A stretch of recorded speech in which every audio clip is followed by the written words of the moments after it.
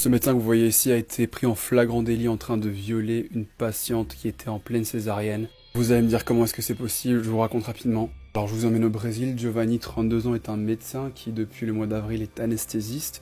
On est maintenant le dimanche 10 juillet dernier, en pleine salle d'accouchement par césarienne. Eh bien, deux infirmières qui travaillaient autour de lui lors de deux césariennes ont trouvé son comportement dangereusement suspect, si bien qu'elles ont décidé de le filmer pour la césarienne qui allait suivre plus tard dans la journée. Ce qu'elles craignaient a malheureusement été confirmé, que les âmes sensibles scrollent. L'enregistrement ci-dessus montre très clairement Giovanni qui insère ses parties génitales dans la bouche de la patiente totalement anesthésiée.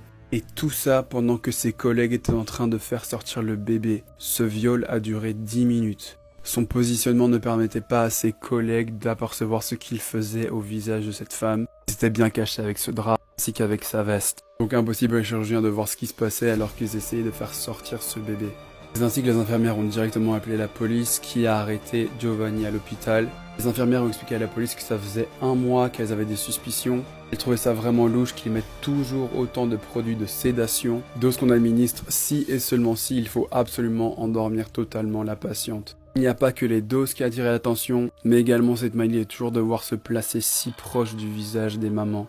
Et enfin, dernier détail de la part d'une infirmière, lors de la première césarienne de la journée, elle avait remarqué que Giovanni était physiquement excité. La victime qu'on voit sur la vidéo qui tourne partout sur les réseaux sociaux, par décence, moi j'ai croppé, n'avait que de vagues souvenirs de ce qui s'était passé, mais elle pensait avoir halluciné. Mais c'est en voyant le visage de Giovanni à la télé que son mari, à qui on avait demandé de quitter la pièce pendant l'accouchement, c'est par le biais de la télé que son mari a découvert ce qu'elle avait vécu. La police est pour l'instant en train d'étudier 6 cas, mais ils craignent qu'il y a eu beaucoup plus de victimes que cela. La chef de la police locale a déclaré qu'il avait un comportement de prédateur en série, et que non, elle ne voulait pas qu'il ait un bilan psychologique qui le ferait passer pour un fou. Non, c'est hors de question pour elle, il savait très bien ce qu'il faisait, il est sain d'esprit. Ils n'allons pas essayer de le faire passer pour un fou.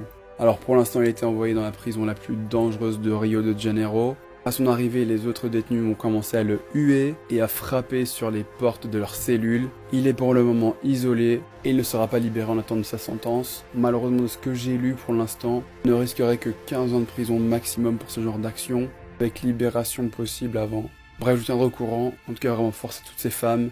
Quelle horreur. Et vraiment que justice soit bien faite.